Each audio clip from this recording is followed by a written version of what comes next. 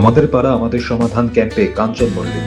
হাতের পাঁচটা আঙুল সমান নয় যারা বলছেন আমাকে দেখা যায় না, তাদের অনুষ্ঠানেই আমি এসেছি। সেই ছবি গোল গোল দাগ করে দেখিয়ে দিয়ে বলবো, এই যে আমি।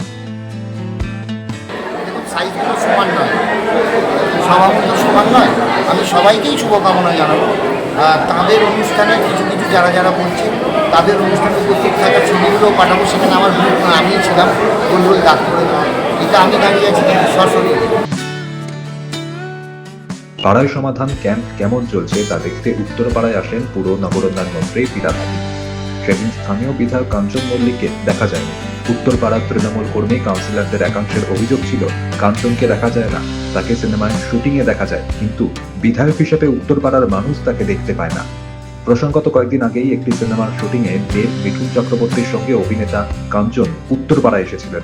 উত্তরপাড়ায় বহিরাগত বিধায়ক নিয়ে উত্তরপাড়াবাসী এমনকি শাসক দলের কর্মীদের মধ্যে ক্ষোভ আছে।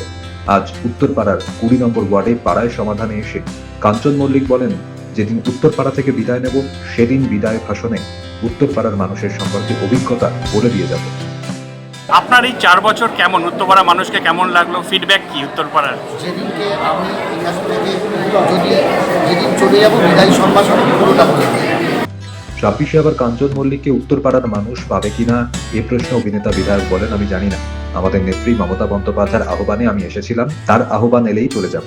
আমি জানি না, সেটা আমাদের নেত্রী মমতা বন্দ্যোপাধ্যায়ের উপর আমাদের বিশ্বাস। তার আহ্বানে আমি এখানে এসেছি, তার আহ্বানে তিনি যা বলবেন তাই করব। সিপিআইএম হুগলি জেলা কমিটির সদস্য আভাস গোস্বামী বলেন, অবশেষে আমাদের পাড়া আমাদের সমাধান শিবিরে বিধায়ককে দেখা গেল। এই শিবিরের মাধ্যমে বিধায়ককে খুঁজে না পাওয়ার যে সমস্যা তার সমাধান হবে কিনা জানি না, তবে উত্তরপাড়ার মানুষের যে সমস্যা সেই সমস্যা দূর করতে তেমন ভূমিকা বিধায়ককে দেখা যায়নি। রাস্তাঘাটের অবস্থা বেহাল, জল জমার সমস্যা দীর্ঘদিনের।